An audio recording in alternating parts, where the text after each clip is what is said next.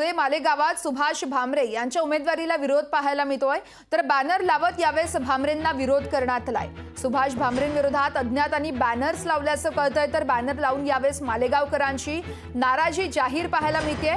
तर आपण पाहतोय धुळे मालेगावमध्ये सुभाष भामरे यांच्या उमेदवारीला विरोध केला जातोय। बॅनर लावत सुभाष भामरे यांना विरोध करण्यात आला आहे। तर या संदर्भात अधिक माहिती जाणून घेतली आहे आमचे प्रतिनिधी विशाल मोरे यांनी, आपण ती पाहूयात।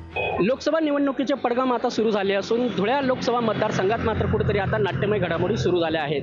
धुळ्यापाठोपाठ आता मालेगावात जे भाजपचे उमेदवार आहेत सुभाष भामरे यांना कुठेतरी विरोध होताना दिसतो आहे आणि तसे बॅनर सुद्धा आता मालेगावातील मोसमपूल चौकात लागले आहेत। मागील 10 वर्षापासून विद्यमान खासदार हरवले आहेत।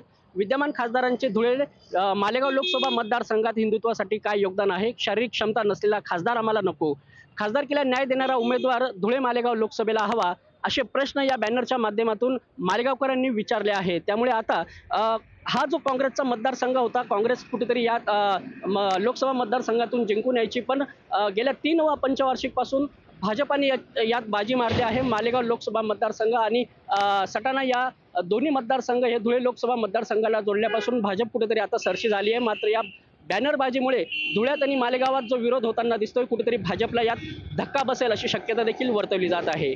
मी विशाल मोरे, लोकशाही न्यूज, मालेगाव। लोकशाही मराठी ऐका, पहा, जागरूक रहा।